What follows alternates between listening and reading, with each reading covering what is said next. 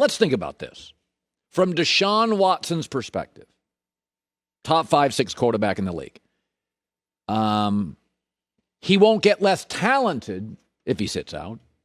He won't get hurt if he sits out. He won't forget to play quarterback if he sits out. And he won't lose any market value if he sits out. Now let's go to the Houston Texans if he sits out. They'll be unwatchable. Their merchandise sales will absolutely plummet. 4th place is guaranteed. The owner's franchise, frankly, probably loses value, and it won't be nearly as attractive a place for free agents to go. Who wants to go to an 0-16 or 1-15 team? Lots of teams and lots of general managers are going to want Deshaun Watson. Nobody wanted the Houston Texans job. Nobody. That's why they hired a 65-year-old coordinator or a 65-year-old coach who'd never been a coordinator. Nobody wanted the job. Deshaun Watson's played 4 years, probably has 5 to 6 peak years left. It's becoming very much an Andrew Luck situation. They took years off his career. He got hit too much. And I want you to think about this as well. Because I believe if Deshaun Watson sits out, they're going to have the worst coach and the worst quarterback situation in the league. So in the division, David Culley, the coach, is going to face Urban Meyer twice, Frank Reich twice, and Mike Vrabel twice. That's 6 games guaranteed he's outcoached. Houston also has the misfortune this year of facing the NFC West. So he'll face Pete Carroll, Kyle Shanahan, and Sean McVay, outcoached. They also have to face the AFC East, Sean McDermott, Brian Flores, and Bill Belichick, outcoached. Throw in Kevin Stefanski for Cleveland, excellent young coach. So I'm just saying minimum. I don't know if Robert Saleh can coach yet. I don't know. I don't know about Brandon Staley with the Chargers. They face them. I have no idea. I don't know what we call Cliff Kingsbury yet. I think he's got a year left.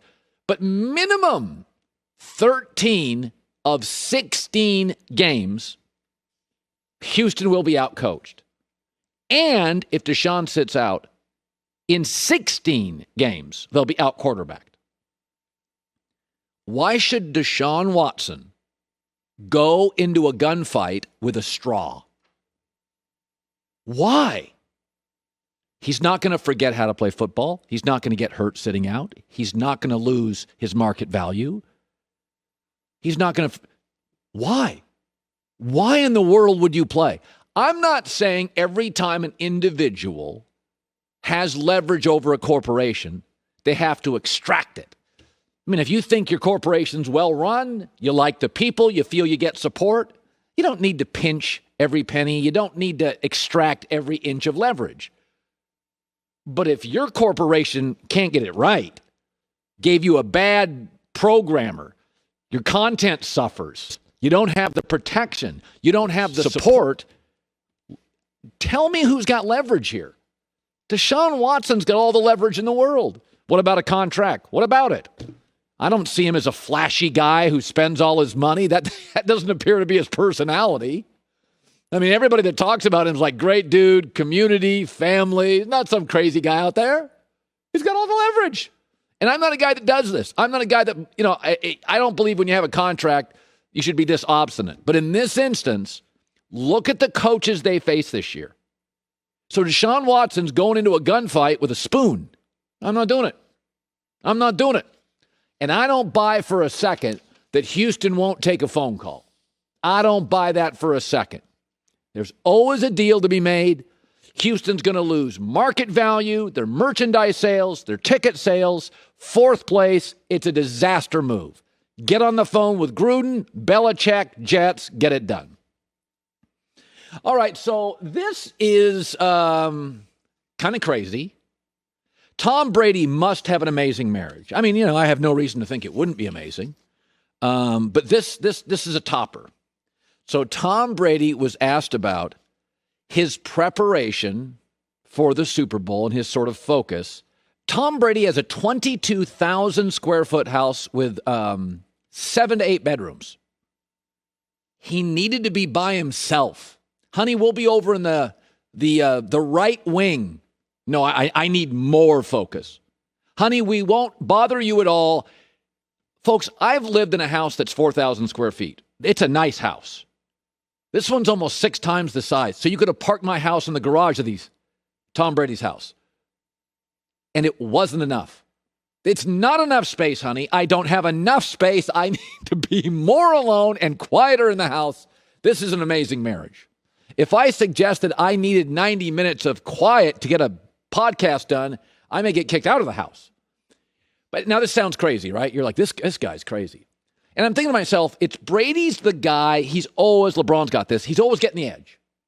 He's got the studio at home. He's got the fitness thing at home. He's got the Alex Guerrero. He's got his house to himself. I'm thinking, he's going to find one more edge as he gets older. As he gets older, he keeps finding an edge, an edge, an edge, an edge, an edge.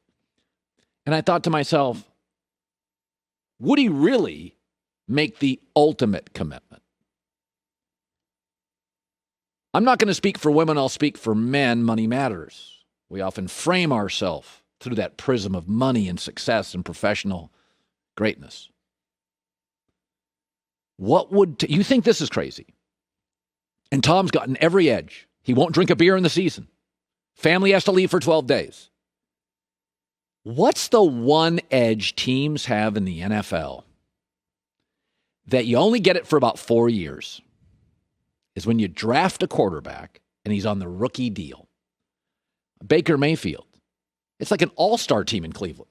I mean, literally, they have 2 great tight ends and 2 great receivers and 2 great running backs. You can only do that when a quarterback is on a rookie deal. That's how a Goff gets to the Super Bowl. Before they pay him, Russell Wilson, before they pay him. Remember the Seahawks brought on Cliff Averill and Percy Harvin and just be good. It's almost like situational players. Like just Percy Harvin played like in the Super Bowl. It was okay. They weren't paying Russell anything. Would Tom Brady, whose net worth, I looked it up, is $200 to $250 million. Giselle, his wife, has a net worth of $450 million. What if Tom Brady said, I want to be on a perpetual rookie quarterback contract? Don't pay me. How does it matter? Well, Jason Light's already an excellent drafter. I mean, if you go look at Tampa's history last 4 or 5 years, they draft really well. But it would give Tom the free agent edge over Rodgers and Russell Wilson and a Matt Stafford in L.A. It says, this is what Tom does. I mean, doesn't it sound ridiculous? 8 bedrooms, 22,000 square feet. They left for 12 days. Is that any more ridiculous than just put me on a perpetual rookie quarterback contract? We have talent. My general manager's a great drafter of talent. Now we can cherry pick 3 free agents a year. The dude is like next level commitment. That would be, and he's taken pay cuts. So it's not like he hasn't considered this. When he was the best quarterback in his prime, he took pay cuts. Just something to think about. You think it's crazy what I'm suggesting? I'm saying 12,000 square feet, I need more silence, is even crazier. That's a heck of a marriage. Hi, everybody. Thanks for watching. Subscribe here to get the latest from the show. Also, be sure to check out more of the best clips from The Herd or go watch a few segments from other shows on FS1.